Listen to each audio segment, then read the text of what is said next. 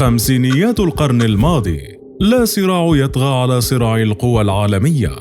الاتحاد السوفيتي أمام الولايات المتحدة، حرب باردة تقلق العالم كله، اصطفاف عالمي وراء أحد الطرفين، ولاءات توزع هنا وهناك، ونقاط رعب قد تندلع فيها حرب عالمية جديدة.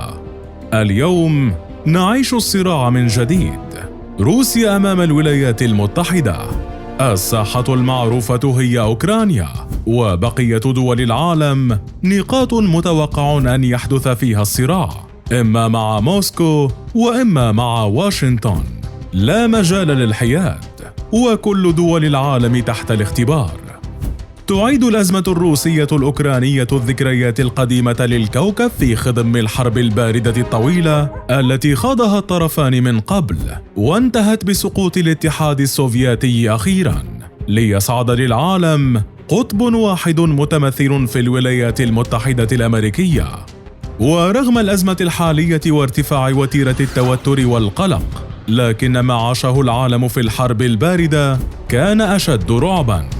تحالفات وقوى تتحرك شرقاً وغرباً، تهديدات نووية وصواريخ تطل على واشنطن، كلها حدثت في حرب الوكالة كما يمكن أن تسمى.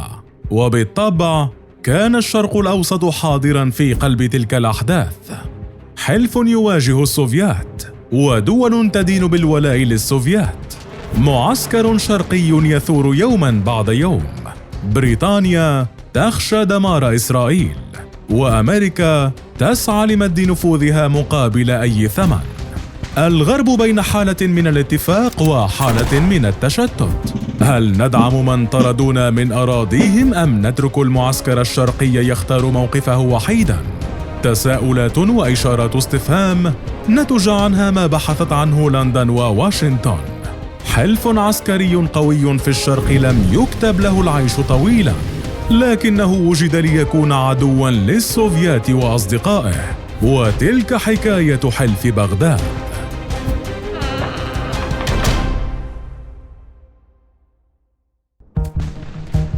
شهد العام 1945 نهاية الحرب العالمية الثانية، أو ما سميت بالحرب الكبرى، والتي شهدت على انتصار الحلفاء بقيادة الولايات المتحدة والاتحاد السوفيتي على دول المحور بقيادة ألمانيا، معلنة بذلك تقسيما جديدا للعالم وخصوصا للقارة الأوروبية.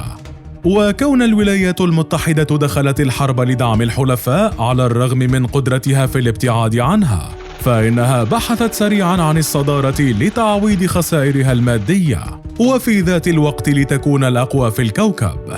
طموح واشنطن الكبير اصطدم بالاتحاد السوفيتي الذي لا يقل قوة عن الولايات المتحدة، بالإضافة لكونه على مرمى حجر من القارة الأوروبية ويملك فيها الكثير من النفوذ والسيطرة. صدام ظهر سريعا بين الطرفين في المؤتمرات والاتفاقيات، وخصوصا في برلين التي قسمت بين المعسكرين، ومنحت واشنطن مجالا واسعا لدعايتها بأنها حافظة لحقوق الإنسان وتعمل على إعادة أعمار القارة الأوروبية من جديد، في الوقت الذي كان الاتحاد السوفيتي يعاني اقتصاديا في أعقاب الحرب المدمرة. في عام 1949 ظهر الصراع للعلن عندما أعلنت أمريكا عن تأسيس حلف شمال الأطلسي الناتو، والذي تواجدت فيه مع حلفائها الغربيين، واتضح سريعا أنه وجد ليواجه نفوذ الاتحاد السوفيتي في أوروبا والعالم.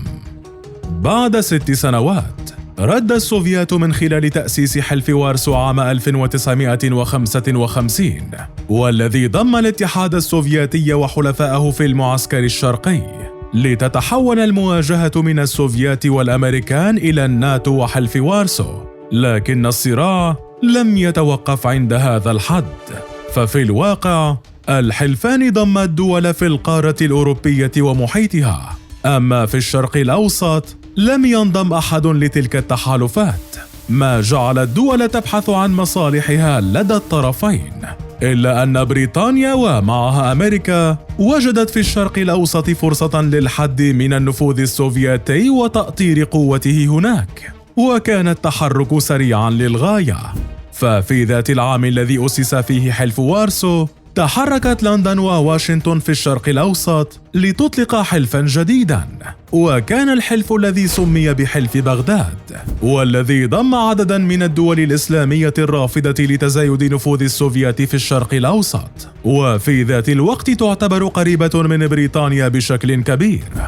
الحلف بدأ تحت مسمى منظمة المعاهدة المركزية، وذلك من خلال معاهدة أمنية تمت بين العراق بقيادة الملك فيصل الثاني وتركيا برئاسة جلال بيار، وذلك في فبراير من العام 1955. المعاهدة نصت على التعاون بين الدولتين بمجال الأمن والدفاع، فيما تركت الدولتان الباب مفتوحا لانضمام الدول الراغبة بالحلف، والذي وضح سريعا أن الهدف منه هو احتواء تزايد النفوذ السوفيتي. بعدها بمدة قصيرة وتحديدا في أبريل من ذات العام، التحقت بريطانيا بالحلف الجديد لتكون الداعم الرئيسي له، ثم لحقت بها باكستان في سبتمبر، ومن ثم انضمت إيران بقيادة الشاه محمد رضا بهلوي، وذلك في بداية نوفمبر من ذات العام، لتتشجع أمريكا لدعمه أكثر كونه يختلف عن الناتو ولا يوجد فيه قيادة عسكرية مشتركة بل قرارات مشتركة، حيث قدمت واشنطن معونات عسكرية واقتصادية للدول الأعضاء بحلف بغداد. وكون المؤتمر الأول للحلف عقد في العاصمة العراقية بغداد، فاتخذت هي كمقر رسمي، لكنه نقل بعد ذلك إلى أنقرة التركية.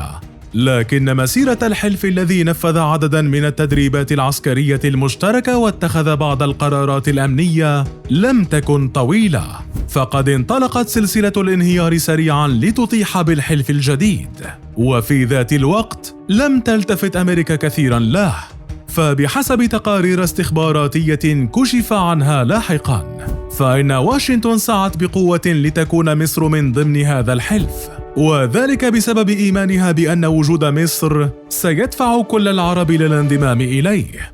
لكن مصر التي كانت تحت قيادة جمال عبد الناصر لم تكن تنوي أبدا الانضمام لذلك الحلف، إذ عرف عبد الناصر بعلاقته القوية مع الاتحاد السوفيتي سياسيا وعسكريا واقتصاديا، ووصف منذ انطلاق الحرب الباردة بالحليف الاستراتيجي للسوفيات في الشرق الأوسط وأفريقيا، ما جعل عملية الانضمام مستحيلة فعليا. فعلى الرغم من وجود دول قوية مثل باكستان وبريطانيا وغيرها، لكن مسلسل الانهيار ظهر سريعا، إذ عانى الحلف من أزمات عدة أدت لانهياره. ففي يوليو من العام 1958 شهد العراق انقلابا عسكريا بقيادة عبد الكريم قاسم، الذي أطاح بالملكية والذي اتخذ موقفا لا يتماشى مع الغرب، فقرر في مارس من العام 1959 سحب عضوية العراق من الحلف، ونقل على إثر ذلك الانسحاب مقر الحلف إلى أنقرة. بعدها بسنوات، وتحديدا ما بين أعوام 1965 و 1971، حاولت باكستان الحصول على دعم الحلف، وذلك خلال حربها مع الهند، لكنها لم تحصل سوى على دعم محدود من قبل أمريكا. ثم صدر قرار أممي بمنع إمداد الهند وباكستان بالأسلحة، ليعبر أعضاء الحلف رسميا رفضهم دعم باكستان، مؤكدين أن الحلف أسس لمواجهة الاتحاد السوفيتي. وفي العام 1974 قررت بريطانيا هي الأخرى الانسحاب، وذلك بعدما دخلت تركيا قبرص لتسيطر على جزء من الجزيرة، ولم يبقى بذلك من الحلف سوى الرماد، لتأتي رصاصة الرحمة في العام 1979، وذلك بعدما شهدت إيران الثورة التي أطاحت بحكم الشاه، لتقرر إيران بقيادة الخميني الانسحاب من الحلف أيضا، ثم لحقت بها باكستان سريعا، ليعلن في 16 من مارس من ذات العام انهيار وانحلال حلف بغداد إلى الأبد.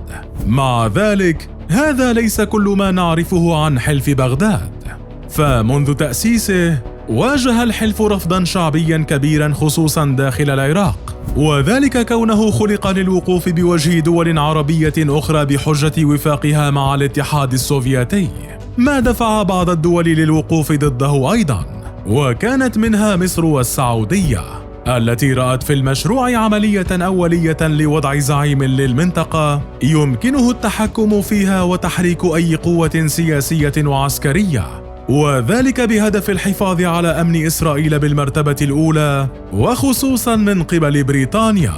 فمنذ وضع مشروع انضمامها للحلف، ناقش مجلس العموم البريطاني تأثير الحلف على مستقبل إسرائيل في المنطقة، ولم يتطرق أبداً لمواجهة الزحف السوفيتي إلا بإشارات بسيطة، ما أثار قلق العرب من ذلك الحلف بشكل عام.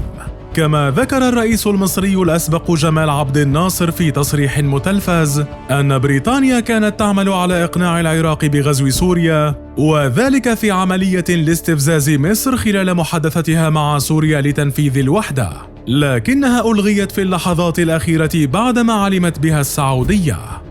لم يترك حلف بغداد أثراً واضحاً في المنطقة، لكنه بقي شاهداً على فترة متقلبة وقلقة عاشها العالم بالكامل في خضم حرب باردة غيرت وجه الكوكب كله.